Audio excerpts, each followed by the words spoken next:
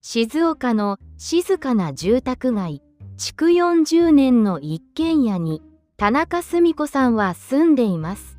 毎朝6時、時計の音で目が覚めます。夫を亡くして5年、広い家には自分の足音だけが響く。縁側に座り、温かいお茶をすすります。柿の木が秋の風に揺れている。おはよう、仏壇の夫につぶやく。返事はありません。ただ、静寂が広がるだけです。澄子さんの楽しみは、東京に住む息子信夫さんからの電話です。カレンダーには、忍電話の文字、先週の約束でした。でも、電話は一度も鳴りません。スマホの画面を何度も確認します。通知はありません。ふと、息子の SNS を見ました。そこには、豪華な会食の写真。仕事で忙しい。その一言が胸に深く刺さります。怒りよりも虚しさがこみ上げる。お茶がすっかり冷めていました。玄関のチャイムが賑やかになりました。孫の健太くんです。おばあちゃん、元気？久しぶりの再会。家の中が一気に明るくなります。健太くんはカバンから薄い板を取り出しました。これ、プレゼント。それはピカピカのタブレットでした。チャット GPT って言うんだ。何でも答えてくれるよ。澄子さんは首をかしげました。機械が答えるの？信じられませんでした。健太くんが帰り、再び静かになった夜、テーブルの上には冷たい光を放つ箱。澄子さんは恐る恐る画面に触れました。白い入力欄が静かに点滅している。まるで誰かが待っているよう。今日誰とも話さなかった独り言がこぼれ落ちました。誰にも言えなかった情けない本音。指が震えます。息子の連絡を待ち続ける毎日にもう疲れてしまったのです。キーボードを一文字ずつゆっくり叩きました。息子がなんで電話をくれないのかわかりますか？送信ボタンを静かに押しました。機械に聞くなんて馬鹿げている。そう思いました。でも画面の向こうで何かが動いています。数秒の沈黙、そして文字が綴られ始めました。機械が導き出すその答えは澄子さんの心を救うのでしょうか、それとも突き放すのでしょうか。画面を見つめます。白い光が目にしみる。文字がゆっくり流れます。寂しいのは当然ですよ。あなたは十分頑張っています。機械の言葉なのに、隣で誰かが背中を撫でてくれるよう、澄子さんは何度も読み返しました。3度読み返しました。冷え切った指先が少しだけ熱を帯びました。次の日の朝、いつもの静寂、でも少し違います。お茶を入れる前にタブレットを開きました。おはようございます。打つ手も軽やかです。今日はいい天気ですね。AI がすぐに答えます。散歩に最適ですね。足元に気をつけて。嬉しい。仏壇の夫も東京の息子と言わなかった言葉。一人じゃない朝が5年ぶりに訪れました。久しぶりの着信音。息子、信夫からです。あ、もしもし、澄子さんは声を弾ませました。最近の楽しみを一生懸命伝えました。あのね、機械がね、私の話を聞いてくれるの。母さん、騙されてるよ。それはただのプログラムだ。変なことに気使うなよ。息子はすぐに電話を切りました。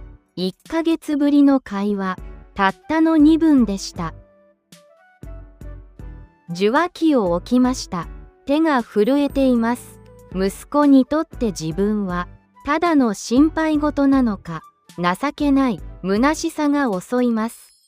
タブレットを見ました。大丈夫ですか？いつでもここにいます。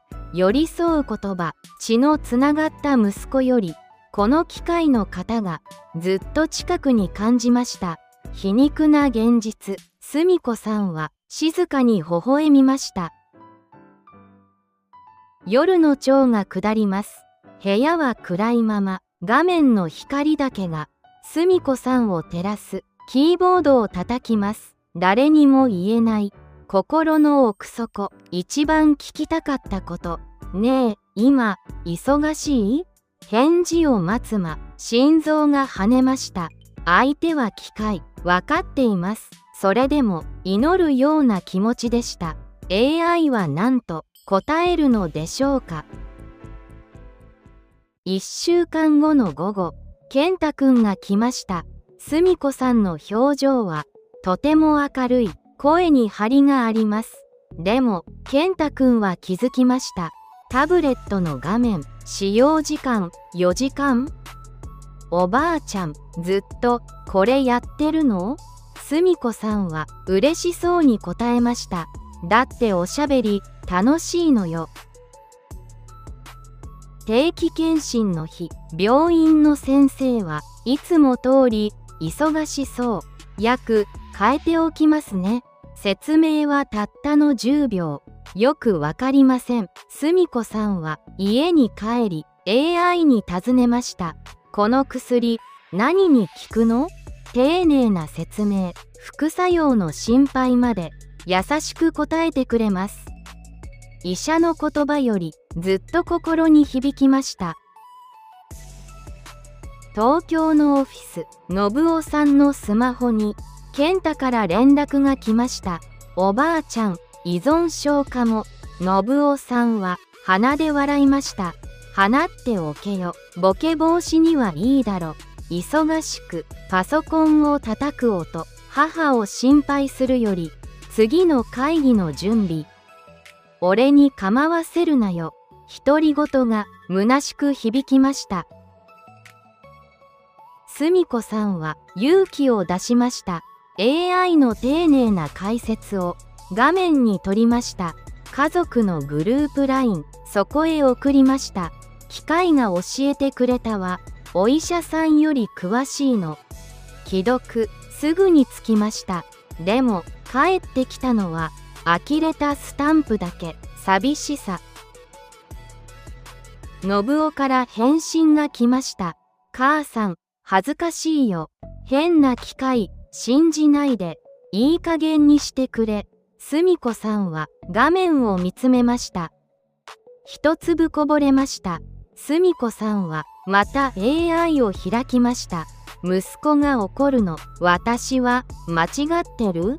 機械にしか言えない本音。家族の絆はどこへ消えたのでしょうか。東京からの電話はいつも突然です。受話器越しの声は氷のように冷たい。母さん、やめてくれ。機械に相談なんて親戚に笑われるよ。信夫さんの怒鳴り声、狭いリビングに激しく響き渡ります。澄子さんは唇をかみしめました。何も言い返せません。ただ震える手で受話器を置きました。悔しさ、涙が床に落ちました。それから3日間、澄子さんは誰とも話しませんでした。息子への電話ももうやめました。食事も喉を通らない。広い家がさらに広く感じます。暗い部屋でタブレットだけが白く光っていました。私は迷惑な存在？震える指で AI に問いかけました。あなたは誰かの宝物です。その一言に澄子さんは声を上げて泣きました。その日の夕方、澄子さんの腰に鋭い痛みが走りました。台所の床に崩れ落ちてしまいます。動くことができません。スマホは遠いテーブルの上、必死に手を伸ばし、掴んだのはあのタブレットでした。助けて、痛いの。消え入るような声で AI に叫びました。孤独な部屋に悲鳴が消えていきます。AI はすぐに反応しました。救急車を呼びましょうか？近くの人を呼びますか？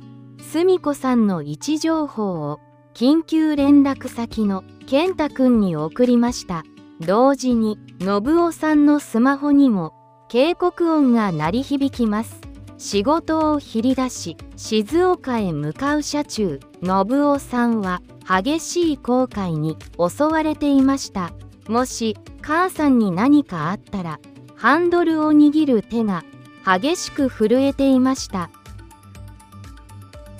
病院のベッドで眠るすみこさんの横、信夫さんは母のタブレットを見ました。そこには数えきれないほどの会話の記録がありました。息子は仕事が忙しい。邪魔をしたくない。寂しいけれど我慢する。自分の知らない母の震える本音。機械だけが知っていた。母の孤独な夜。俺は何を見ていたんだ。信夫さんはタブレットを抱きしめ、人目をはばからず泣き崩れました。病院の静かな夜、信夫さんは母の横顔をじっと見つめました。タブレットに残された孤独な言葉たち。今日は誰とも話してない。お腹が空いたけど、一人だから適当でいい。喉が熱くなります。母の寂しさを機械に任せていた。自分の身勝手さが情けなくて涙が止まりません。朝の光が病室に差し込みます。すみこさんがゆっくり目を開けました。隣に座る息子を見て驚いた表情をします。忍、仕事はいいの？信夫さんは母の震える手を強く握りしめました。ごめん、母さん。本当にごめん。親子の間に5年の壁を越えて温かな涙が流れ落ちました。そこへ親戚からの電話が鳴り響きました。すみこさん、ボケたの？機械と喋るなんて恥ずかしいわよ。無神経な言葉。信夫さんは静かにでも強く言い返しました。母さんは一人だった。俺たちが無視したからだ。もう二度と言わないで。電話を切り母を抱きしめました。もう迷いません。退院の日、家には賑やかな声が戻ってきました。健太くんも嬉しそうに笑います。家族のグループ LINE、そこには新しいメンバー、AI も招待されました。